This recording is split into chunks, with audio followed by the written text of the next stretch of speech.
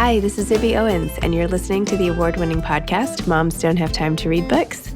I'm also the host of Moms Don't Have Time to Lose Weight, and I'm the editor of the anthology, which you should run out and buy, called Moms Don't Have Time to, a Quarantine Anthology. All proceeds of that book go to COVID-19 vaccine research. And I'm the editor-in-chief of Moms Don't Have Time to Write, a new publication on Medium, and we're accepting submissions, so please send your personal essays there. And if all that isn't enough, you can follow me on Instagram at Zibby Owens, and my website is zibbyowens.com. Okay, now back to this amazing podcast. Liane Moriarty is the author of Apples Never Fall. She is the Australian author of 8 internationally best-selling novels: 3 Wishes, The Last Anniversary, What Alice Forgot, The Hypnotist Love Story, 9 Perfect Strangers, and the #1 New York Times bestsellers, The Husband's Secret, Big Little Lies, and Truly, Madly Guilty. Her books have been translated into over 40 languages and sold more than 20 million copies. Big Little Lies and Truly Madly Guilty both debuted at #1 on the New York Times bestseller list, the first time this was ever achieved by an Australian author. Big Little Lies was adapted into a multi-award-winning HBO series. I've seen every single episode, with a star-studded cast, including Nicole Kidman and Reese Witherspoon. Hulu is adapting 9 Perfect Strangers into a limited series starring Nicole Kidman and Melissa McCarthy, which also just came out. In fact, the day we did our podcast was when it was released. Her new novel, Apples Never Fall, is coming out now. Liane lives in Sydney, Australia, together with her husband, son, and daughter.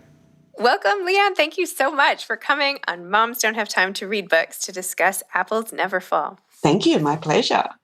I have to say, your unboxing video on Facebook was one of the funniest I've ever seen. Thank you. I wasn't sure if it was too silly, but we decided it seemed to make people laugh. So, no, that's so great to have your daughter do it, and then the box, and then all the dishes. Anyway, it was great. You were hilarious. I was like, I mean, just very endearing. Good. So, Apples Never Fall. Let's talk about this. I know you've written so many other amazing books that I have inhaled and also watched and all that good stuff. But would you mind giving listeners a little sneak peek into what Apples Never Fall is about? Yes, so Apples Never Fall is the story of the Delaney family, a family of tennis players, and what happens when Joy Delaney, who is 69, goes missing, and her husband Stan becomes the chief suspect in her possible murder. And her 4 adult children have to deal with the possibility that their father may have killed their mother, and factions form, and then they obviously have to re-examine their parents' marriage and everything they know about their family history. Wow. One of the things that I loved about this book was that you kept giving us the vantage point of other sort of peripheral people, like the Uber driver and the waitress, and maybe they interact with just one of the characters, but you get this, like, we're all insiders, like outsiders looking in, rather, right? And you get that sense when you have all these other people showing us the story. It's a cool device. Oh, thank you. Yeah, I did that actually with my very first novel, with 3 Wishes, and then I accidentally did it again because I just enjoyed that. And actually, when I was doing it, I was thinking, I shouldn't do this again because you did that before. But then it allowed you to move the story forward. Well, you see, you didn't even have to say anything. Some people might not have known. Nobody knows it was years ago that I did that. But it's so great. I mean, I had dinner with a bunch of women writers last night, and we were all talking. We were at a restaurant, and we were all talking about how we were always like making up stories about all the people around us and wondering. And that curiosity, we were like, is it just people who like to write that are this curious about other people? Are we always just so in need of a story that we have to make it up? So, I think it's a natural part of being human, the desire. Yeah. To make stories. And I know my own mother at restaurants will often, she'll have a vague look come across her face, and you can see she's eavesdropping in the table next to us. So, I think everybody does it. Yeah, maybe it's just the writers who then take it and put it into novels. The writers use it, yes. Yeah, use it as material. I thought it was so great the way you depicted Joy, and it was almost like made me very sad, her sort of empty nest and how you just really encapsulated that feeling of emptiness and trying to pass the time. And I felt so sad for her when you have her like listening to podcasts so that she can like relate to her daughter and her migraines a little more by listening to the podcast about migraines and then using all those words. And the daughter's like, can you not do this, please? Good. It's just, I feel like, especially at this time of year, for this book to come out, and so many parents are dropping their kids at college or saying goodbye. Yeah. Just like, it doesn't matter if they're gone forever or gone for the year. It's that same sense of sort of longing and, what do you do with your time? So I felt like you got that. Oh, thank you. I can't quite imagine it yet for myself. And it wasn't something I never set out to. I never think, okay, I'm going to write about the empty nest syndrome. I just had this premise, and then there she is. And then I think, oh, well, I guess this is what she's feeling. It sort of evolves as I'm writing the story. And then I'm imagining it for myself, what it will be like for me one day. I'd like them to stay at home forever. Me too. I interviewed someone earlier today who, in her book, the mother says, well, how about you just stuff me like an animal once I pass away? You can just keep me on the couch. All right, stranger ideas across my mind, That's funny. So how did you come up with the premise of this book? Like, what was the part of it that was so interesting? Was it Savannah like coming at the front door and like picking this house seemingly at random, or was it the 4 kids, or like which part, or is it a part we can't discuss because it's too far along? 3 strands. So the first strand was that, like Joy, I had Joy receive a pair of fancy headphones from her husband, and my husband gave me some fancy headphones, which got me into podcasts. Actually came a little bit late to podcasts, but now I'm an avid listener. I can't cook dinner without listening to a podcast now. And so the first ones I listened to were true crime podcasts, and there are a few cases and also ones that I'd read about in the paper. But I was originally thinking I would give details of the particulars of those cases, because some of them are cold cases dating back years. But then very recently I saw Amanda Knox and her reaction to Stillwater, and it stopped me in my tracks a little bit, thinking it's really not the right thing to do, to give specifics of something, even though I've definitely not taken anybody else's true story, but even saying this inspired me in a sort of cheerful promotional way now feels wrong. But anyway, there were multiple cases really that gave me this premise of what would you do, how would you feel if your mother was missing and your father was the chief suspect. And sadly, actually, that's not really an unusual situation. It's happening all the time, that the women are going missing in countries all around the world, and the chief suspect is, we're all sitting there watching the news and thinking, well, we know. So that was one premise. And so originally I was thinking, so that's your parents, and then I thought would be more interesting if there are multiple children, because then you can have factions form and one sibling can react in one way and one the other way. So that's one side of it. There was a newspaper article I read where an elderly couple let a young woman into their house and then various things happened. So I liked the idea of somebody knocking on the door, which is, again, really the idea comes out, the stranger knocks on the door has been used a lot of times, but I just had that. And then I had no idea how she would relate to my story. And the third little strand is that I had taken a year off from writing, or a year off because normally I have a book out every 2 years, but I had asked for an extra year. And so I was thinking that in that year I would just write, I'd get myself into writing without having the stress of a deadline. And I asked my sister Jackie, who is the author Liane Moriarty, to give me some writing prompts. And so she texted me a little, just 3 or 4 lines, which was a bike lying on the grass with a few apples spilled next to it. And so that became the opening scene of the book. So I was really meant to write a piece from it, but it turns out I don't actually know how to do that. I just started writing a novel. So that's a long answer to that question. No, it's super interesting. I mean, that's a huge, encouragement for people to use writing prompts. I subscribe to one of these things where every day I get a writing prompt and every day I delete it. So. Do you? That's interesting. Yeah, because that's exactly the sort of thing I thought I would do in this year, because I was calling it the Year of Joy. And in fact, that's what I was calling the new novel The Year of Joy, and that's how I came up with the name, Joy Delaney. And I was thinking I'd just write for the joy of writing, But yeah, I'm not so interested in I couldn't write just a little piece. I wanted to write a story. I thought you were going to say you took the third year off so you could get better at tennis. Well, so that, I guess, yeah, I could answer this question forever. So a fourth strand is that my son is quite a good tennis player. So I was actually having a tennis lesson and try and keep up with him.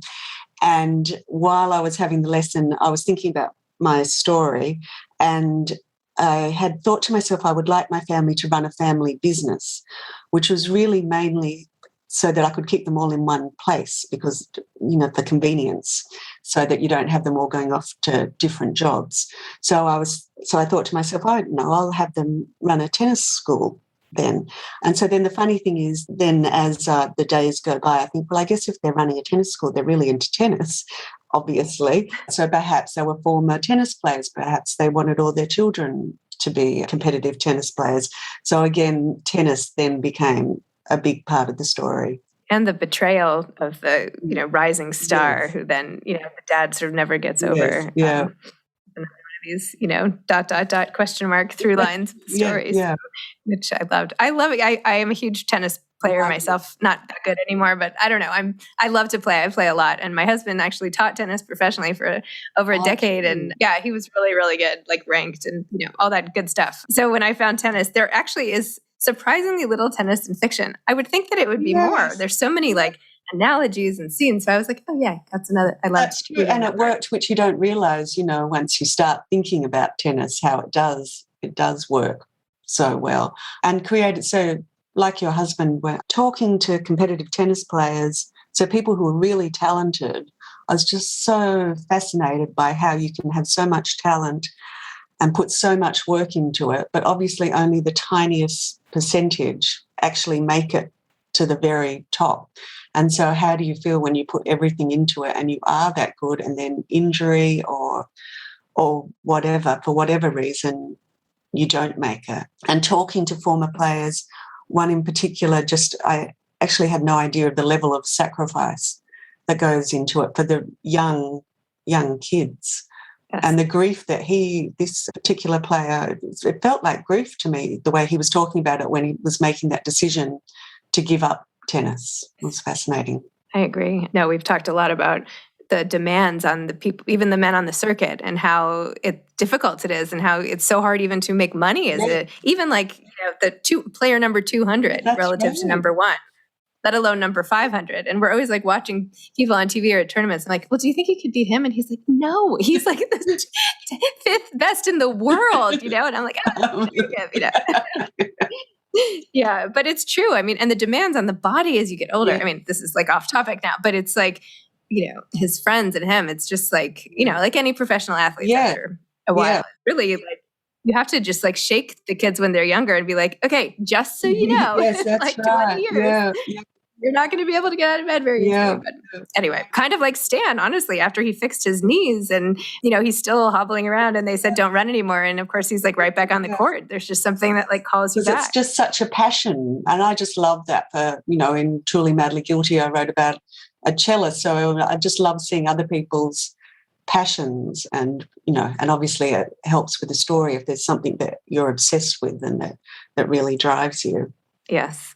And tell me a little about this whole, carrying on from the pain of Stan's knees and everything, having one of the sisters be a physio, a physical therapist, and having her hope that people get hurt. I thought that was so funny that she's starting her own business and is oh, good, it's getting, slippery, or maybe someone will slip today, or I don't know, just hoping for the demise of people in her community. Yeah, well, that was I can't actually remember why I decided to make her a physiotherapist, but I remember standing on the sidelines talking to a mother while our children played sport together, and she was a physiotherapist, so just talking about what the sort of things you need to do in the beginning and how you go along to sports fields, exactly like where we were, hoping to, create a name for yourself. She didn't actually say hoping for people to get in.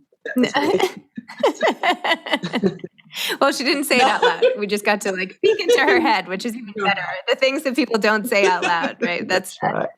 That's even more fun. And what about the migraines? Do you get migraines, or was this just another like plot enhancer? No, that was just an article I read. It was just a really well written first person article, I think, something like that, that just made me think the impact that it had on her life. So all my health issues that I've had are things that you get better. So people with chronic conditions, that it really affects everything about your life. I was just really taken by the way this person's life had been affected by it. And also everything that I've ever had, there's a cure. You go to the doctor and you get fixed. But knowing that these migraines can strike, that just the emotional side of it. There's a really great book by Tia Williams, and now I'm like blanking on the name. Usually I remember. No, I'm just actually reading it right now. Oh, great. Because I thought, she's writing about migraines, and she's actually doing it. Yes. She's probably affected by migraines. She's doing it better than I did for Brooke. Yeah, so I'm only in the very early chapters. And what's it called? The 7 days of... 7 days of June. Yeah, 7 days of June. Yeah, I kept wanting to say 50 days, but I knew it wasn't 50. Yes. Okay. No, I had her on this podcast also and was talking to her about her migraine. Oh, really? So you can go back and listen in your spare time as you're cooking dinner. You know what? I don't want to listen, because now I'm thinking if I'd listened, then I'd think, I should have done this with Brooke. Once you finish a novel. Too late. Because you're still holding on to those characters, and then you think, you do the very best you can with research and all that, but there's really nothing compares with experiencing it yourself. That's true, I guess. Although you made it seem incredibly real. Thank you. At least, I don't know. I was glad I wasn't suffering myself at the moment. So that's good. So I've had one that was like, I had just had a baby and they thought it had something to do with like the and like your body's just so messed up from baby stuff. Anyway, but I could close my eyes and I would still see all these things like that were all over my computer. Really? I'm not explaining this very well, but my vision was totally affected. Yeah. And I tried to close one eye and the other eye, and they were like still there. And I was like, I can't see. My screen has like. Anyway, yeah. I don't know why I told that story, but yeah. Anyway, in general, I'm fine. So your sister gives you the writing prompt, and you have this opening scene. When did you know like all the plot lines that would follow? How much did you just kind of do on the go versus sit down and like figure out ahead of time? And then once you got into it, like how long did it take to write this? So I definitely do it all on the go. So I know that Joy has disappeared, but I don't know where she is. And I don't know how this girl who knocked on the door a year ago, how that feeds into the story. So I love the fact that I don't plan, because it makes my writing day interesting, because I wonder what's going to happen today. But it's also a scary way to write, because then I have to think, I hope something happens today. So there's a slight terror the whole time I'm writing, if I can pull it off, if I can work out how they'll all tie together. And so I have lots, as I'm writing, I'm just thinking maybe it will be this, maybe it will be that. And then it just slowly evolves. And sometimes there's a little, I might be out for a walk and I have a little spark and think, this I know. And in fact, with The Husband's Secret, where I had different storylines, I can always remember exactly the intersection where I'd stopped at, where I finally worked it out, which is why I always hate it if anybody in reviews said about that book, it was so predictable. I think, how could you predict it? I couldn't predict what was going to happen. Aren't you clever? But anyway, and so, but I never want to give the impression that means it's just all flowing, because obviously as I'm working it out as I go along, that means I have to go back and fix things. So I have a separate document called Things I Need to Fix. And once I know how it's all going to work out, then I need to go back and put in, little, what are they called? I'm saying red flags, but I mean red herrings. Is that the word? Red herrings. Yeah. Yes. I didn't know what you meant, but yes, red herrings. There's another word. They lead you astray in different directions. And also, there's another word. I'm at that age where words are disappearing. You're putting little things in. Clues? Sorry. Clues. Clues? Something else we'll think of afterwards. I don't mean Easter eggs. That's not that. I don't mean that. Anyway, signposts.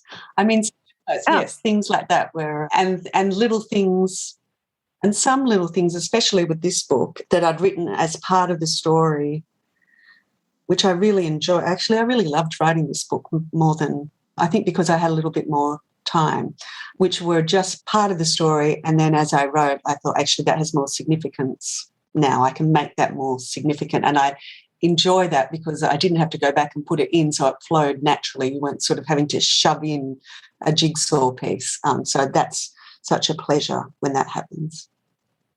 Interesting.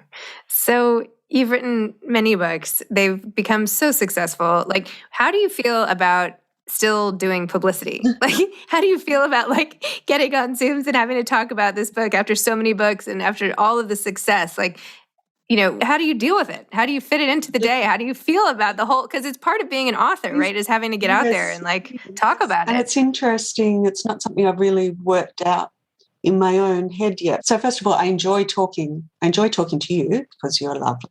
Thank you. So this is perfectly lovely. It's afterwards that I'll then go through self-loathing and think of some, I don't know, I'll just loathe myself for something I said, which I need to get over that sort of agony of self-consciousness about it all once it's done. And so I couldn't talk to you and then sit down and write because I've talked too much about myself. And the whole point of writing is to lose your sense of self. And so right now I feel I'm performing as a writer rather than actually writing. So I do, it is part of the job. I love doing events and I love meeting readers. That's a really special part of the job for me. And I'm really sad that this time around there won't be any face-to-face events with readers. So I'm really upset about that. I'm looking forward to when I can meet readers again. Yeah, but the publicity side of it, I'm grateful too, because also I have a background in advertising and marketing. So I can't pretend I'm the sort of person who is, you know, I understand the way the world works and I want people to know about my books. I just wish I wasn't the product. That's where the agony of self-consciousness. So I feel like maybe when I'm 60, I'll work it all out and be really cool and I'll have lost all the strangeness about this part of it. I feel like I always used to think that it was just age that would fix things, that I had like, it doesn't. No, I know. Like, something has to happen. I did all these interviews with my grandmother before she passed away, and actually both my grandmothers, about eating, because they were always like, oh, I shouldn't have eaten that. And I'm like, you guys are in your 90s. Yeah. Like, does this never end, right? So, and I did this whole survey of all these women in the nursing home. And for most of them, it never ended. So I was like, at the time, I think in my 30s or something, and I was like, all right, well, I'm going to have to get over like feeling guilty about dessert now, because if nothing happens between now and then, like, it's just not going to resolve because I got older. That's such a good point. So I shouldn't wait till I should sort it out myself. Yeah, you better get on that. Like, you know. Well, I had always thought there's a certain type of woman who comes to my events, and at first I thought she was in her 50s, but I think they're actually in their 60s. And there's this wonderful age where they're really cool and they've seemed to have just got themselves together before, you know, you have limitations of old age. And I had this theory that you lose all their anxieties, that there's some age where they just don't seem to they just look great and they don't seem to care anymore. They're just having a good time. So I'm looking forward to that. But you made a good point that I've got to actually make that happen myself.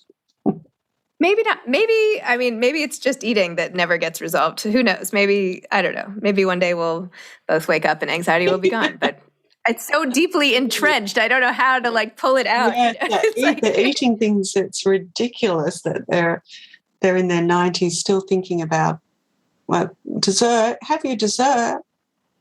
Right? Like, who's looking? What does it matter? Yeah, I mean, right? My grandmother went to Curves until like the week that she passed away. It's like, I know. I'm like, Goggy, like what? You know, it's okay. You know. Anyway, so I'm like throwing in the towel now. I'm like, forget it. You know. Do you have any advice for aspiring authors? So, well, first of all, for very young aspiring authors, I always say lead an interesting life. So, you know, do multiple jobs, travel when you're allowed to travel. If you're offered to take a journey across dangerous terrain, take that journey. Although I wouldn't say that to my own children, so now Yeah, I was going to say, like, I'm not letting my kids listen to this one. That's right. So, no, other people. Other people's kids can go across really dangerous terrain, but don't blame us. No, that's right. So my point really is just you need lots of material to call upon when you sit down to write, and read lots and write for the pleasure of writing. I think a lot of aspiring authors get caught up in the industry questions, and should it be double spaced, and how do I make sure nobody steals my ideas? There's always people love that. They love that concrete bit of advice about, that strange thing of posting your manuscript to yourself and not opening it, which I don't even know if that works. But people think that's something, oh, yes, okay, I'll do that. Really, you've got to sit down and write. That's the main thing. Oh, and so, of course, it's hard to sit down and write, especially for your first novel, to keep going. It's not hard, perhaps, to write your first chapter, but to finish something is difficult. And so my first book I wrote as part of a master's degree, so it just meant that was like homework. And so I had people each week, so I had to do it. But the same could be achieved from joining a writers group, or having even just a friend just saying something that makes you accountable. So in a way, I hate to bring it back to food, but in a way it is a bit like being on a diet, that, these group programs work if you're telling people how you're going rather than just quietly sitting there. Of course, that will work for some people, but if you're finding yourself frustrated, then I think it helps to have a friend or join a writing group or whatever works for you, just to make you finish it. Accountability is always key. Can you give us just a sneak peek at what the next book is, or do you not know yet? No, I have nothing, nothing at all. No, so I don't know. But I just read that this will be developed into TV or a movie or something attached with Heyday is attached. Yes, so David Heyman, who produced the Harry Potter films and Once Upon a Time in Hollywood and favourite movie of mine, Marriage Story, has optioned it. I think I've become the TV lady, so I think it's most likely to be TV. I don't mind either way. It's very exciting. Wow. And as I was driving here, I'm in LA right now, by the way, there was like a huge billboard for 9 Perfect Strangers. And I was like, it'd be so funny if I could grab my phone and take a picture. But then I was like, then I'm going to crash and not get to do this podcast at all. So forget it. No, I'll just, anyway. Yeah. But that's exciting too. So much on the horizon. Today, it's literally today that it starts. So the very exciting. Well, there you go. Excellent. Congratulations. Thank you. That's excellent. Well, thank you for all this time of yours. It's so generous of you, and best of luck. I'm excited to, watch this launch and all the excitement around that. And it's my pleasure. Thank you. Okay. All right. Well, take care. Thank you. Bye. Okay. Bye-bye. Thanks for listening to this episode of Moms Don't Have Time to Read Books. Don't forget to follow me on Instagram at Zibby Owens and at Moms Don't Have Time to Read Books. Also sign up for my newsletter at zibbyowens.com and sign up for my virtual book club and meet lots of authors on Zoom every other week. Thanks so much to Steve and Ryan at Texture Sound for the sound editing. And thank you to Morning Moon Productions for providing this fantastic intro and outro music.